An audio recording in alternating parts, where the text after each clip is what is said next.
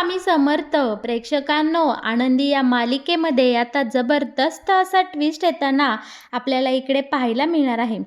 बरं का, आपण आमच्या कालच्या व्हिडिओमध्ये तुम्ही पाहिलं की पृथ्वी आणि आरतीवर तिकडे हॉटेलमध्ये अशी काहीतरी आणीबाणी येणार की पृथ्वी आरतीला बायको म्हणून सगळ्यांसमोर नेणार. पण या पुढे जाऊन आता पृथ्वी सगळ्या मीडियासमोर बोलून बसलेला असतो की ही जी आहे ना आरती, ती माझी बायको आहे. आणि आता पृथ्वी मुंबईवरून घरी परतलेला असणार आणि इकडे आरतीला थेट निंबाळकर वाड्यावर घेऊन जात आता इकडे त्याने त्याची बायको असल्याची ओळख सगळ्यांना करून दिलेली असते. पण इकडे शिल्पाचा मात्र या सगळ्या गोष्टीला विरोध असतो.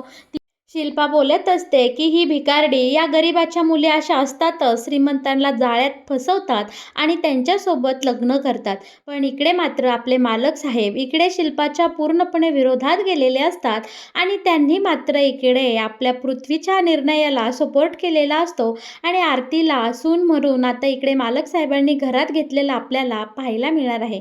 मालक साहेबांच्या या निर्णयाचा आपल्या आनंदीला खूप आनंद झालेला असतो. ती आता आरतीला घडला सगळा प्रकार विचारू इकडे लागलेली असते. बरं का प्रेक्षकांनो, हे सगळं नक्की मालिकेमध्ये कशा प्रकारे घडत गेलं आणि कशा प्रकारे दाखवलं जाणार हे जर तुम्हाला जाणून घ्यायचे असेल तर तुम्हाला नक्कीच आपला हा व्हिडिओ अगदी शेवटपर्यंत बघावा लागेल. म्हणजे तुमच्या सगळं काही इकडे लक्षात येऊन जाईल. आपली आरती आणि पृथ्वी इकडे मुंबईला मीटिंगसाठी निघालेले असतात. वाटेमध्ये अनेक दोघांचीही इकडे मस्ती आणि मस्करी चालूच असते. पहिलं तर आपला हा जो पृथ्वी असतो ना, तो हा आरतीला चेटकीन म्हणतो म्हणून आरती रुसून बसलेली असते आणि बोलते की तू सॉरी बोलला नाही तर मी तुझ्या गाडीने येणार नाही. आता इकडे कसं बसं पृथ्वी आरतीला सॉरी म्हणलेला असतो, कारण तो चहा देणाऱ्या काकाने इकडे पृथ्वीला समजवलेलं असतं.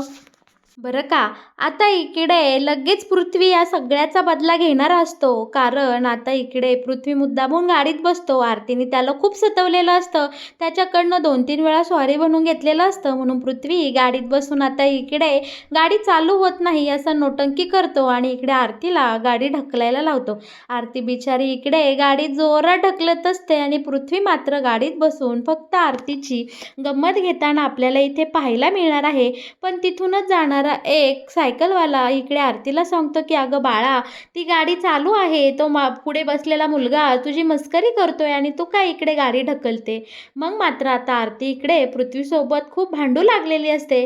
पण पृथ्वी बोलतो की अगं चल बाई, उशीर होतोय, आपल्याला मीटिंगला जायचंय ना, चल झालं गेलं, इट्स ओके, मी थोडी मस्करी केली. आता दोघेही छानपैकी इकडे मीटिंगला गेलेले असतात आणि तिथेच त्यांना खूप रात्र झालेली आपल्याला इथे पाहायला मिळणार आहे. दुसरीकडे मात्र इकडं शिल्पाने घरामध्ये खूप आकत तांडव केलेला असतो, कारण आनंदीने पृथ्वीला सगळं काही सांगून टाकलेलं असतं आणि पृथ्वीने आनंदीला मिठी मारलेली असते. हे सगळं पाहून शिल्पाचा खूप राग होत असतो. तिने घरामध्ये एक नवीनच तमाशा उभा केलेला असतो. ती युगंधरला आता पहिला फोन करते आणि बोलते की युगंधर, आत्ताच्या आत्ता घरी निघून ये, मला तुझ्याशी खूप महत्त्वाचं बोलायचं आहे.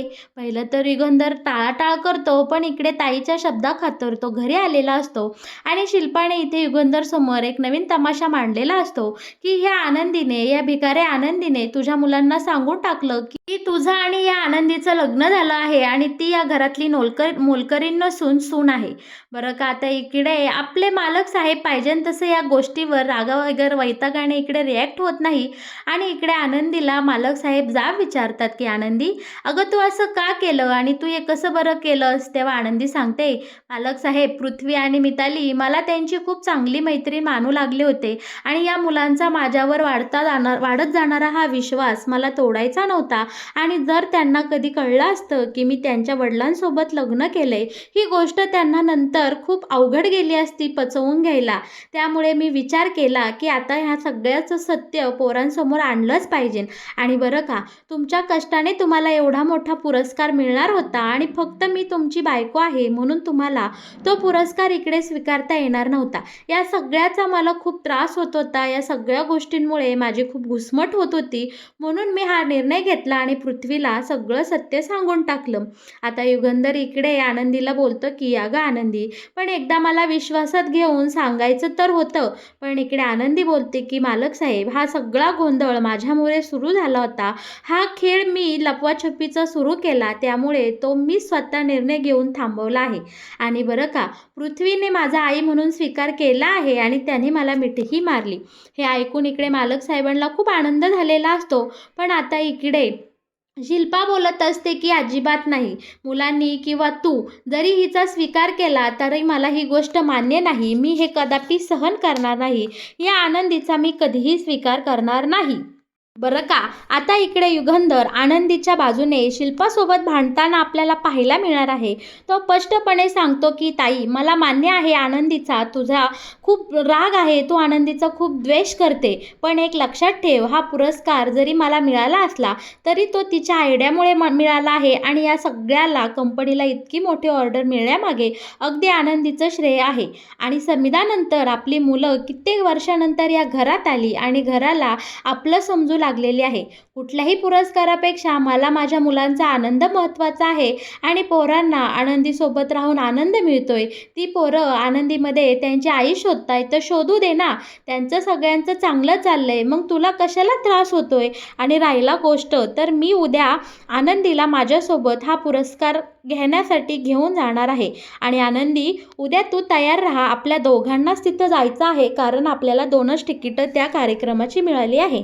इकडे मात्र विद्याधरला खूप आनंद होत असतो, कारण विद्याधर बोलत असतो, आनंदी, तुला या सगळ्याची जी काही मजा घ्यायची ना ते बिंदास घे. मग मात्र या निंबाळकर वाड्यावर असा काही मोठा बॉम्ब पडणार आहे, त्याने हे घर अख्खं उद्ध्वस्त होणार आहे आणि तुझी हकलपट्टी थेट या दरवाजातून बाहेर होणार आहे. आणि इकडे धनश्रीलाही फारसं काय युगंधरचं बोलणं आवडत नसतं, पण ती ह्यांच्यामध्ये कधीही जास्त इंटरफेअर किंवा बोलत नसते. बरं का, आता इकडे आनंदीला मात्र खूप छान वाटत असतं, कारण पृथ्वीने तिचा आई म्हणून स्वीकार केला आणि आता मालक साहेब इतक्या मोठ्या इव्हेंटसाठी तिला घेऊन जाणार. बरं का, इकडे आनंदीच्या आयुष्यात अगदी आनंदाला उधाण आलेलं असतं आणि मालक साहेबांनाही अगदी पृथ्वीचा अभिमान वाटत असतो. त्याला खूप छान वाटत असतं. युगंधर इकडे मनाशी बोलत असतो की पृथ्वी, लेका नाव काढलं सा समिधा, तू असती तर पृथ्वीला आज खूप छान वाटलं असतं, बरं वाटलं असतं. पण तुझ्यानंतर इकडे तो आनंदीमध्ये माया शोधतोय तर ठीक आहे, इकडे पृथ्वीचं सगळं काही चांगलं होऊ दे.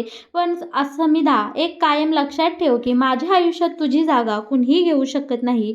तुला दुसरी कुणीही रिप्लेसमेंट नाही. असं बोलून इकडे युगंधर समिधाच्या फोटोशी त्याच्या मनातल्या सगळ्या भावना व्यक्त करताना आता आपल्याला इकडे पाहायला मिळणार आहे. दुसरीकडे मात्र तिकडे हॉटेलवर आरती आणि पृथ्वीची सतत भांडणं चालू असतात. सतत एकमेकांच्या कुरघुड्या इकडे सुरू असतात आणि इकडे आनंदीला एकच टेन्शन आलेलं असतं की मालक साहेबांसंग आता मला तिकडे इव्हेंटला जायचं आहे आणि तो पुरस्कार घ्यायला जर मी एकटी मालक साहेबांसोबत गेले तर कसं होणार? त्यांना मी आंधळी आहे हे एका क्षणात कळेल आणि इतक्या दिवस आपण जे सत्य मालक साहेबांसमोर लपवलं ते सगळं उघड होईल. मी एकटी त्यांच्यासोबत कशी जाणार आहे आणि तो अख्खा इव्हेंट कसं काय मी हँडल करणार आहे? इकडे आनंदी स्वतःच्याच मनाशी बडबड करत असते. पण माई आणि आपले बापू मात्र आनंदीला या सगळ्या परिस्थितीत समजून घेत असतात आणि यातून आता ते काहीतरी तोडगा काढूया असंही बोलत असतात.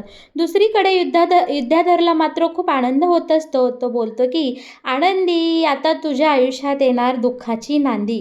आता तुला जेवढा आनंद घ्यायचा आहे तो बिंदास घे, कारण यानंतर तुझ्या आयुष्यात असे काही दिवस येणार आहेत, तुझे असे काही दिवस पालटणार आहे की तुला तुझं तोंड दाखवायची सुद्धा कुणाला इच्छा येणार नाही.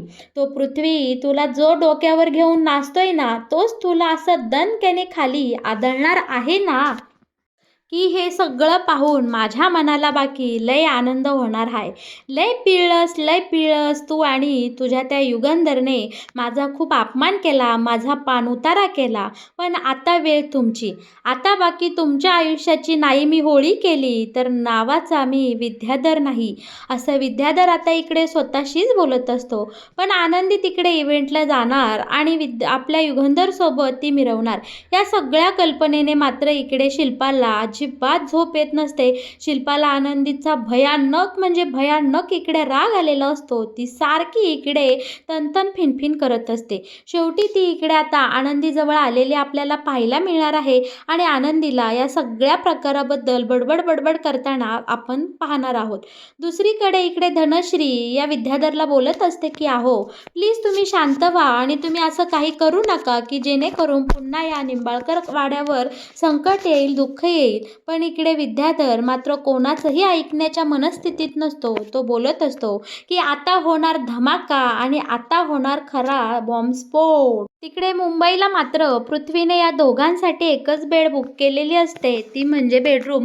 कारण इकडे पृथ्वी आणि मिथाली या हॉटेलमध्ये राहणार असतात म्हणून त्यांनी इकडे 2 बेडची एक रूम बुक केलेली असते. पृथ्वीला आता पृथ्वीसोबत राहायला इकडे आरती नकार देत असते. आरती बोलत असते की आमच्या घराण्याच्या मुली असं रात्री अपरात्री दुसऱ्या परपुरुषासोबत एका खोलीमध्ये राहत नाही. मला तुझ्यासोबत राहायचं नाही.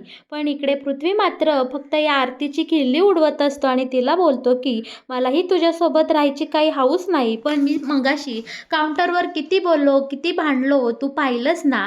आणि पहिली गोष्ट मी आणि मिथाली इकडे येणार होतं, तू काय आमच्या डिक्शनरीत नव्हती म्हणून आमच्या दोघांसाठी मी हा एकच बेडरूम बुक केला होता. पण आता तू आली आहेस ना, तसंही इथे 2 बेड आहे, तू एका साईडला झोपू शकतेस आणि मी एका साईडला. पण इकडे आपल्या आरतीची मात्र या पृथ्वीसोबत राहायची, एका खोलीमध्ये रात्र घालवायची अजिबात इच्छा नसते. ती बोलते की मी तिकडे बाथरूममध्ये राहणं पसंत करेल, नाहीतर बाहेर गॅलरीमध्ये अख्खी रात्र काढेल, पण मी या रूममध्ये झोपणार नाही. इकडे आता पृथ्वी या आरतीच्या अवस्थेवर हसत असतो आणि बोलतो की ॲज यू विश. बरं का प्रेक्षकांनो, आता इकडे मात्र खरं तर होत्याचं नव्हतं होणार असतं, कारण या हॉटेलवर इकडे पोलिसांची रेड पडलेली आपल्याला पाहायला मिळणार आहे. आणि तिथे बरं का आता आरती आणि या पृथ्वीच्या नात्यावर पोलीस संशय घेत असतात, बोलत असतात की एक मुलगा आणि एक मुलगी रात्रीच्या वेळी एवढ्या लांबून इकडे आले आहे इचलकरंजीवरून आणि तुम्ही मुंबईला येऊन एक खोली का बरं बुक केली. आणि या दोघांच्याही नात्यावर इकडे पोलिसांनी संशय घेतलेला असतो. तिथे सगळे मीडियावालेही आलेले असतात. पोलिसांनी ही रेड का टाकली, कशासाठी टाकली यासाठी सगळं लाईव्ह टेलिकास्ट इथे चालू असतं. पण इकडे आपला पृथ्वी हुशारी दाखवत आरतीच्या गळ्यामध्ये इकडे मंगळसूत्र लावत किंवा आरती माझी बायको आहे हे सगळ्या मीडियासमोर सांगत आता या सगळ्यातून पृथ्वीने या सगळ्या प्रकरणातून स्वतःची आणि आरतीची सुटका करून घेतलेली असते. आरती मात्र खूप घाबरलेली असते. कसं बसं इकडे आपल्या नावाचा आणि वडिलांच्या नावाचा वापर करून पृथ्वी आता या सगळ्या प्रकरणातून अलगद बाहेर येऊन इकडे निंबाळकर वाड्यावर येऊन थांबलेला आपल्याला पाहायला मिळणार आहे. तोपर्यंत ही लाईव्ह टेलिकास्ट बातमी इकडे निंबाळकर वाड्यावर अगदी वाऱ्यासारखी पसरलेली आपल्याला पाहायला मिळणार आहे. शिल्पाला, मालक साहेबांना, इकडे शिर्के, आनंदी सगळ्यांना ही गोष्ट इकडे आपल्या वाड्यावर निंबाळकर वाड्यावर कळून चुकलेली असते की पृथ्वी आणि ही आरती एका खोलीमध्ये सापडले आणि आता सगळ्या मीडियासमोर जगजाहीर या पृथ्वीने करून टाकलं की ही आरती माझी बायको आहे. बरं का प्रेक्षकांनो, आता या सगळ्या प्रकरणाकडं मालक साहेबांनी अगदी तटस्थपणे पाहिलेला असतो. आनंदीच्या जीवाला मात्र या सगळ्याचा घोर लागून राहिलेला असतो. तिला सगळ्याचं फार टेन्शन आलेलं असतं की आता ही दोघंही घरी आल्यानंतर घरामध्ये कोणता नवा तमाशा उभा होणार. तोपर्यंत इकडे विद्याधरने आपल्या शिल्पाच्या मनामध्ये चांगलीच काडी लावून ठेवलेली असते आणि इकडे शिल्पाला या आरती विरोधात आणि आनंदीच्या विरोधात विद्याधरने भरपूर कान भरलेले असतात. आणि इकडे आता शिल्पाच्या रागाचा पारा इतका वाढलेला आपल्याला पाहायला मिळणार आहे. बरं का आता इकडे आपला पृथ्वी या सगळ्या संकटातून व्यवस्थित वाचून इकडे निंबाळकर वाड्यावर आलेला आपल्याला पाहायला मिळणार आहे. पृथ्वी इकडे आपल्या घरामध्ये मार्गामध्ये आरतीला घेऊन आलेला असतो आणि आरतीला पाहून मात्र इकडे शिल्पाने जो काही तमाशा करायला सुरुवात केलेली असते की तिला कसलंही भान राहिलेलं नसतं. शिल्पा बोलत असते की तुमच्यासारख्या गरीब माणसं अशीच असतात, भिकारडी. गरिबाची माणसं श्रीमंत मुलाला त्यांच्या जाळ्यात ओढतात, त्यांच्या गळाला लावतात आणि त्यांच्यासोबत लग्न करतात. तुझ्या बहिणीनेही तेच केलं, माझ्या युगंधरला फसवलं आणि आता तूही तेच केलं की इकडे माझ्या या भाच्याला नादी लावलंस आणि त्याच्यासोबत लग्नाचा दिखावा करून या निंबाळकर वाड्यामध्ये घुसायचा प्रयत्न करत आहे. पण मी मात्र तुला या घरची सून कधीही मानणार नाही. जसं की तुझ्या बहिणीचा मी अजून स्वीकार केला नाही, तर तुझा मी काय करणार आहे? आल्या पावली इथून निघून जा. इथली आत्ताच्या आत्ता चालती हो. शिल्पा तोंडाला येईल ते सगळं इकडे आता आरतीला बडबडत असते. घरातले सगळेजण मात्र फक्त एकमेकांक बघत असतात. पृथ्वी इथे निशब्द असतो. पृथ्वीला नक्की यावर काय बोलावं काही सुचत नसतो. तो बिचारा खाली मान घालून इकडे आरतीचा हात धरून घरामध्ये आलेला असतो. आनंदी इकडे घाईघाईने आरतीजवळ जाते. आरती या आनंदीच्या गळ्यात पडून इकडे मोठ्या मोठ्याने रडू लागलेली असते आणि विद्याधर मात्र या सगळ्या गोष्टींची फक्त मजा घेण्यासाठी इथे शांतपणे उभा राहिलेला असतो. बरं का, आता इकडे पृथ्वी मालक साहेबांना बोलू लागलेला असतो की बाबा, यामध्ये आमची काहीही चूक नाही. परिस्थिती अशी आली की मला असं वागावं लागलं. आरतीच्या इज्जतीसाठी आणि त्या प्रकरणातून बाहेर पडण्यासाठी मी इकडे ती माझी बायको असल्याचं सगळ्या मीडियाला सांगितलेलं आहे. बरं का, मालक साहेबांनी इकडे पृथ्वीवर खूप मोठा विश्वास इथे दाखवलेला असतो. आता मालक साहेब बोलतात की बाळा, झालं गेलं सगळं विसरून जा. आता तू बोलला आहेस ना, ही आरती तुझी बायको आहे, तर मग या सगळ्या गोष्टीची तू आता जबाबदारी घ्यायची आणि या पोरीची साथ तू आता बाकी सोडायची नाहीस. तू आता तिला बायको म्हणून स्वीकारला आहेस ना, मीडियासमोर जग जाहीर केला आहेस ना, मग ह्या पोरीच्या इज्जतीपायी तू आता तिचा खरोखर बायको म्हणून स्वीकार करायचा आणि तिला या निंबाळकर वाड्याची सून तू बनवायची. इकडे युगंधरने त्याचं मन स्पष्टपणे सांगितलेलं असतं, पण शिल्पाचा मात्र या सगळ्या गोष्टीला इकडे ठामपणे विरोध असलेला आपल्याला पाहायला मिळणार आहे. पण प्रेक्षकांनो, आता मात्र इकडे पृथ्वीची मनस्थिती पाहता आरतीच्या इज्जतीचा प्रश्न इथे उभा राहिल्यामुळे आपल्या मालक साहेबांनी शिल्पाच्या विरोधात जाऊन इकडे आरतीचा सून म्हणून स्वीकार केलेला आपल्याला पाहायला मिळणार आहे आणि इकडे पृथ्वीने घेतलेल्या निर्णयाला दुजारा देताना आपल्याला मालक साहेब दिसणार आहेत. तर मग प्रेक्षकांनो, कसं वाटलं तुम्हाला आनंदी या मालिकेत येणारा हा नवीन ट्विस्ट? या मालिकेचे असेच नवनवीन अपडेट जर तुम्हाला जाणून घ्यायचे असतील तर तुम्ही आपल्या व्हिडिओला नक्की लाईक करा आणि हो, आपल्या या चॅनलला सबस्क्राईब केल्याशिवाय अजिबात कुठे जाऊ नका. धन्यवाद.